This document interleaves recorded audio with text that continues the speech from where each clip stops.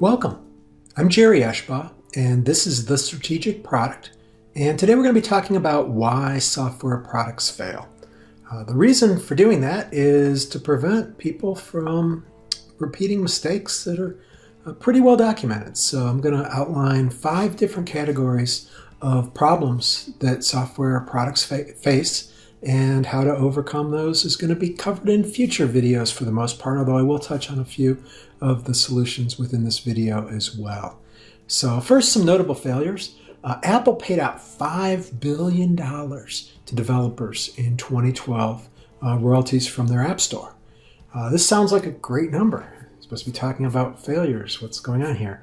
Well, it's not that good when you look at there were 1,250,000 applications that year. So that works out to $4,000 per app. And in 2014, it was reported that 99% of all applications will not make any money. And Gartner predicts by 2018 that less than 0.01% of mobile applications will make money. Another notable failure is healthcare.gov. We had the President of the United States up apologizing for a software problem. Google makes 97% of its revenue from advertising. And they're very quick to fail fast, which is a great practice. If you're going to fail, you're better off doing it fast.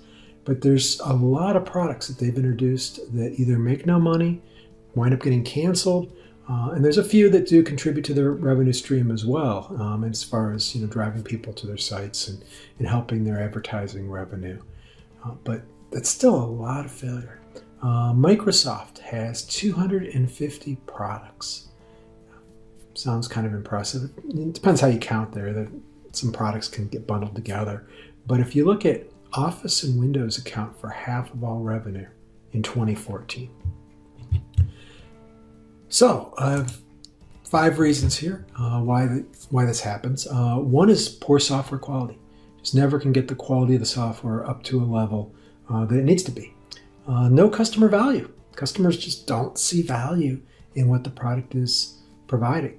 A disconnect between the customer and the company and or product, and they just can't bridge that gap. There's business issues and also inadequate resources.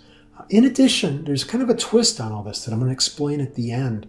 You can almost think of it as a 6th reason why products fail, but I'm going to cover that at the end of the video. So let's start off with quality. This is something I'm very passionate about. I worked with a friend to help him write his book on software quality. And in quality, I include performance, usability, and security. Because you can't call an application high quality if it's slow, unusable, or if all your information gets stolen because you used that application.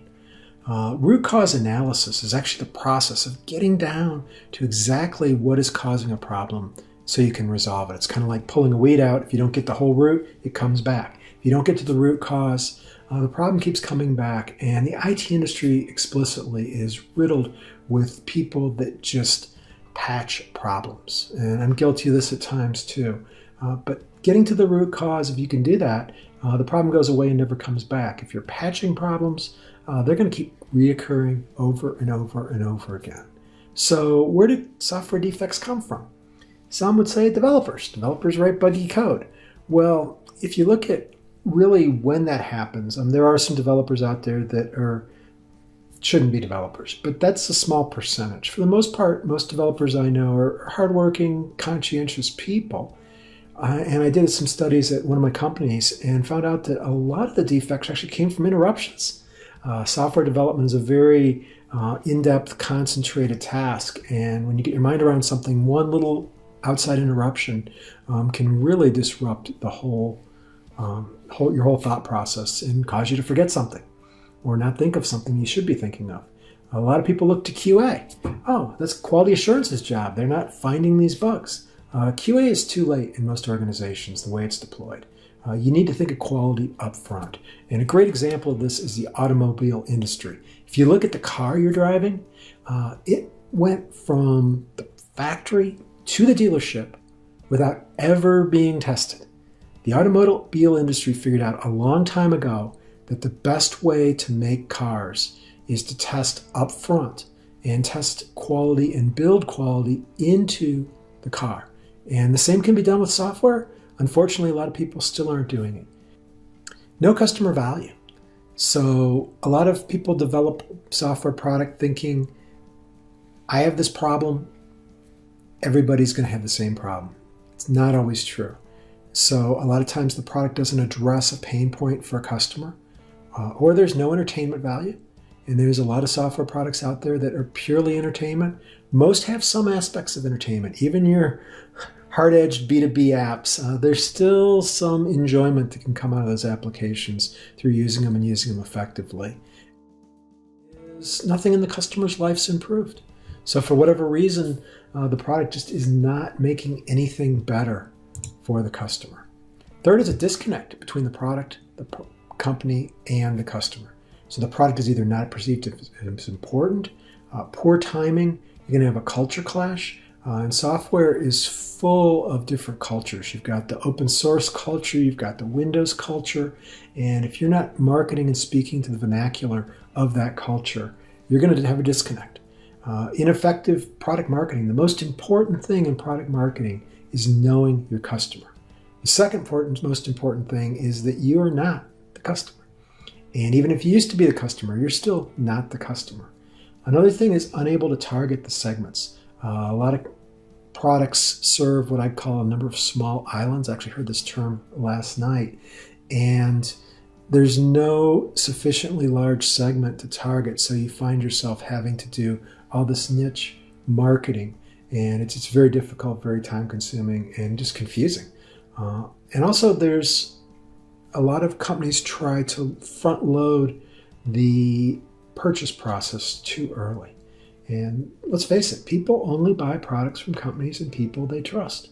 And you have to earn that trust before anybody is going to make a case for your product to their company or buy it themselves. There has to be some level of trust. And this is the reason brands are so important, because brands at one point in time have earned your trust. And so you're willing to buy products from them, even products that might not be so good anymore, because in the past, that company has been able to earn your trust. The fourth, and this is a little bit of a catch-all, but all these do fit under the business umbrella. And it can be because the competition is already well established and there's too many barriers to entry. One of the biggest problems I've seen is market size overestimation. People are doing overestimation. When people are doing business plans, they love to kind of inflate things, and you hear things like, the world has 7 billion people and they all wear shoes. So therefore, if we can just reach 0.01% of that audience, we're going to make hundreds of millions of dollars. That's dangerous and not rarely correct. You need to do a lot more. I've done some total available market analysis, and it's not an easy project. You can whip something up in a couple hours based on a lot of assumptions, or you have to do a lot of due diligence to really get a good market size analysis complete. Another issue is a great sales channel that's starved for leads. So that channel can be either direct or e-commerce. If you've ever seen the movie Glengarry Glen Ross, you'll understand how important leads are to a salesperson in that movie and to a sales system today. Leads are what feed the machine. Another issue is people love the product, but they're not willing to pay for it. There's a huge difference between just a $1 product and free. So giving something away doesn't necessarily mean it'll translate into revenue. There's no reliable infrastructure within your organization to support that product. It can be internal quality. It can be just ad hoc, chaotic internal processes and tools. And finally, metrics. I love to talk about metrics. Metrics are so important to a company, but there's something worse than no metrics. It's bad metrics. And those bad metrics can either be incorrect, I've seen metrics off, key performance indicators off by orders of magnitude, or they can just be the wrong metrics, looking at the wrong thing that you think is going to drive business that does not. Another thing around metrics too is hidden metrics. A lot of, especially older world companies, tend to hide a lot of their key performance indicators from their employees. And anymore, things are moving so fast that I believe it's better to err on the side of exposing too much information than it is on the side of hiding information that your people really need to get their jobs done.